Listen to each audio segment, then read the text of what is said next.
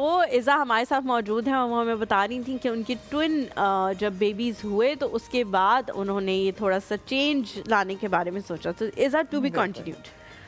बस बिल्कुल यही था हलीमा कि जब थोड़े से when they were growing older, शुरू में तो मैनेज हो गया। मुझे लगता है कि एज इन्फेंट्स या टॉडलर्स बच्चों के साथ आप फिर भी एक कॉर्पोरेट लाइफ को मैनेज करना उस वक्त मेरे लिए आसान। खुदा का खौफ करें, बिल्कुल लिटरली खुदा का खौफ। अभी आप कुछ कर रहे होते हैं और जब आप पीछे खामोशी को उठ के देखते हैं ना तो आपको पता लगता है कि वो कुछ और बिल्कुल नहीं, वो तो है। मगर मेरे केस के अंदर ये था कि शुरू में ऑफ कोर्स मेरी मदर की सपोर्ट भी थी और विद इन दी ऑफिस उसी बिल्डिंग के अंदर डे केयर भी था। तो ये दो चीज़ें बहुत बड़े फैक्टर्स होते हैं। मुझे लगता है कि पूरा आपको एक सपोर्ट सिस्टम चाहिए होता है इस चीज़ को वो करने के लिए। मगर फिर आहिस्ता आहिस्ता विद टाइम मुझे लग रहा था कि मैं पर्सनली एक बर्नआउट फेज की तरफ जा रही हूँ कि there was a day in every week where I would be so exhausted and tired.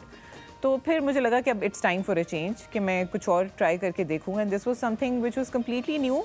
मगर मैंने सोचा हुआ था कि एक चीज़ मुझे पर्सनली हमेशा लगती थी कि शॉल्स की जो मिड रेंज है मार्केट उसके अंदर नहीं है कोई। अगर आप कोई डिफरेंट चीज़ पहनना चाहते हैं, सारी शॉल्स ऑफ कोर्स जो हमारी नानी दादियों की शॉल्स वो उनकी एक अपनी वैल्यू और उनकी अपनी खूबसूरती होती है, मगर something else, something fresh, something different, वो उसकी एक बहुत बड़ा गैप था।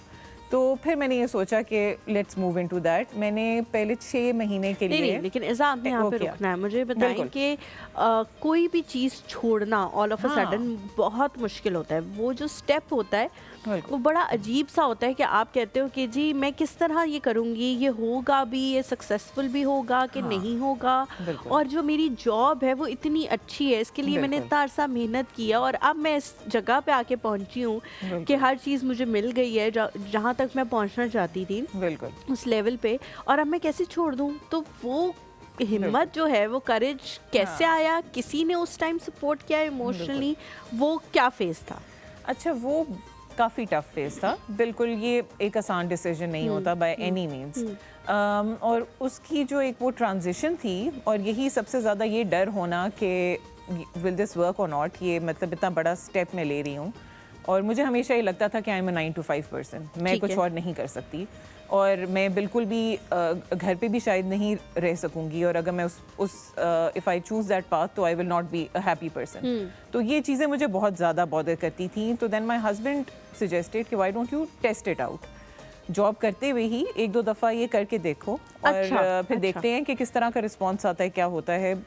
जो मैंने पहली मेरे ख्याल से रिज़ाइन करने से 8 months पहले आई स्टार्टेड इट। और जो मैंने पहली मेरी ऑर्डर्स और एग्जीबिशंस का जो रिस्पांस आया वो इतना इनकरेजिंग था कि उससे मुझे एकदम से एक जो हिम्मत होती है, मुझे लगता है कि शुरू में काफ़ी लोगों का जो बिल्कुल इनिशियल फेज़ होता है वो डिफ़िकल्ट होता है। मेरे ऑफ कोर्स वो वाले फेजेस आए, बाद में काफ़ी टेस्टिंग टाइम भी होता है, बीच में स्ट्रगलिंग पीरियड्स भी आते हैं कि कभी आप कोई चीज़ ट्राई करते हैं वो नहीं होती, मगर मेरे लिए वो शुरू में नहीं आया। तो शुरू में वो जो इनकरेजमेंट शायद मुझे चाहिए थी वो उस रिस्पॉन्स से मुझे मिली। बिल्कुल ठीक है। और फिर वो मैंने हमारे साथ कॉलर है जाहिदा आंटी हैं जी हमारे साथ। अस्सलाम वालेकुम। वालेकुम अस्सलाम, अस्सलाम वालेकुम, good morning. Good morning Zahida aunty, कैसी हैं आप? बेटा आप ठीक हो? बीमार हो गए थे हम तो दोनों। क्यों, क्या हुआ? फ्लू हो गया था?